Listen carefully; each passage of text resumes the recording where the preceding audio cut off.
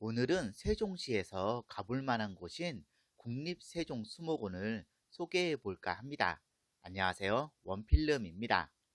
국립세종수목원은 나라에서 만든 수목원답게 상당히 크고 볼거리가 다양한 곳입니다. 겨울에 다녀온 국립세종수목원을 최대한 알 수 있게 소개해 보겠습니다. 현재 주차장은 무료 주차장으로 운영 중이고 아주 넓습니다. 세종 호수공원 바로 옆에 넓게 위치해 있는 국립세종수목원인데요. 주변은 다른 공사 중으로 좀 정신이 없습니다. 주말과 공휴일에는 무인 매표소도 운영됩니다. 관람 시간은 오전 9시부터이고 매주 월요일은 휴관입니다. 관람료는 성인 5,000원으로 저렴하게 느껴집니다. 휠체어 사용도 가능하고 킥보드 보관함도 있습니다. 입구에 종합 안내소도 있습니다. 스탬프 투어를 하면 씨앗 카드도 받을 수가 있습니다. 기프트샵부터 푸드코트, 카페도 입구 쪽에 다 있습니다. 편의시설들도 잘 되어 있는 국립세종수목원이고요. 바로 입장해 보도록 하겠습니다. 국립세종수목원은 꽤 넓기 때문에 관람하는데 3시간 정도 소요가 되었습니다. 곳곳에 이정표도 잘 되어 있습니다. 그럼 먼저 사계절 전시 온실부터 보러 가겠습니다. 잔디밭도 아주 넓게 있어서 아이들과 함께 뛰어놀기 아주 좋아 보입니다. 겨울에 방문했더니 북극도 만들어 놨습니다. 국립세종수목원에서 1년 내내 볼만한 곳인 사계절 전시 온실입니다. 물품 보관함도 있어서 이용하기 좋습니다. 내부에 휴식 공간도 잘 되어 있고 카페도 있습니다. 또 이마트24 편의점도 있어서 이용하기 편리합니다. 수목원답게 식물로 된 포토존도 있습니다. 그럼 지중해 온실부터 들어가 보겠습니다. 지중해 온실답게 겨울이지만 덥다는 생각이 바로 듭니다. 청장이 상당히 높고 다양한 푸르른 식물들을 볼 수가 있습니다. 엘리베이터가 있어서 탑승해 봤습니다. 전망대로 올라가는데요. 여기에서 지중해 온실이 한눈에 다 내려다 보입니다. 상당히 마음에 드는 전망대입니다. 야외 전망대도 있어서 국립세종수목원의 전경도 다 볼 수 있었습니다. 미세먼지가 있는 날이었지만 세종시의 모습도 볼 수가 있었습니다. 다시 1층으로 내려와서 지중해 온실 관람을 이어갔습니다. 선인장 등 꽤 볼만했습니다. 이어서 열대 온실을 보러 갔습니다. 열대 온실은 지중해 온실보다 더 덥고 습하게 느껴집니다. 그래도 적응되면 관람하기 좋았고 볼거리도 많았습니다. 역시나 규모는 넓은 편이고 물도 흐르고 있고 물고기도 볼 수 있었습니다.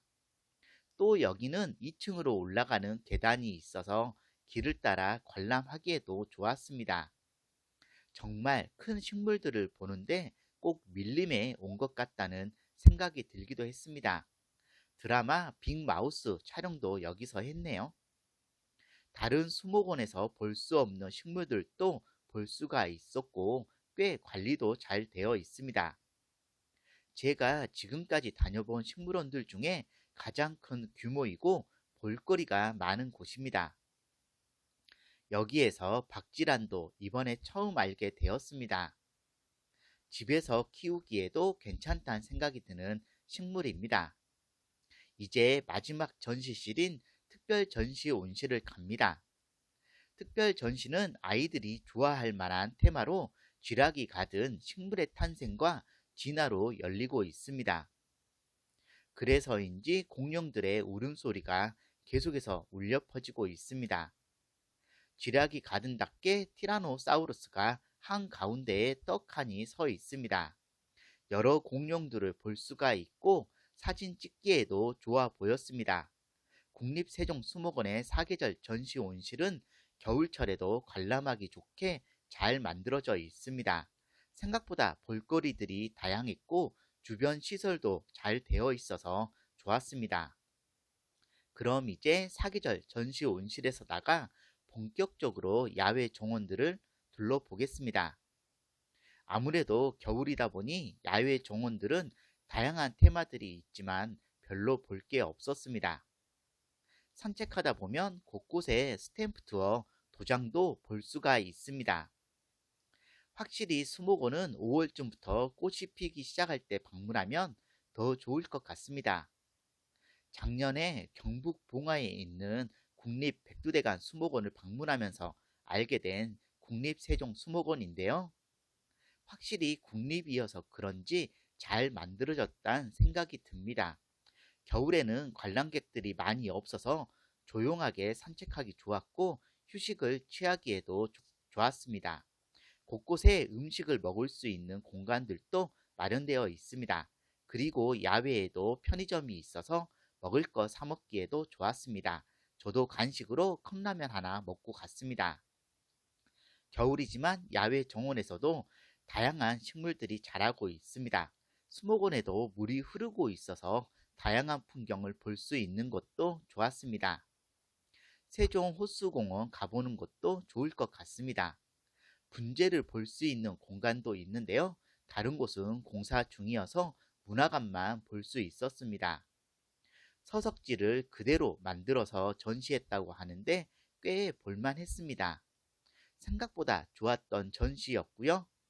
날씨가 풀리면 야외 전시도 볼 수가 있습니다. 희귀특산 식물 전시 온실도 있어서 관람하기 좋았습니다. 여기는 실내가 시원한 편인데요.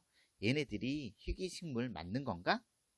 규모가 큰 곳은 아니지만 다양한 식물들을 볼 수가 있었습니다. 자세히 보니까 많이 본 것 같은데 많이 없어져서 보기 힘든 식물들은 많네요. 하여튼 여기서 희귀한 동백꽃도 볼 수가 있었습니다. 식물들에 대한 설명이 좀 더 자세히 있으면 더 좋겠다는 생각도 들었습니다. 그리고 난초가 중에 희귀한 칼란테 트리플 리카타도 볼 수 있었습니다. 동백나무와 난초들이 많이 있어서 관람하기 좋았습니다. 야외에는 아이들이 놀 수 있는 놀이터도 다양한 구성으로 되어 있습니다.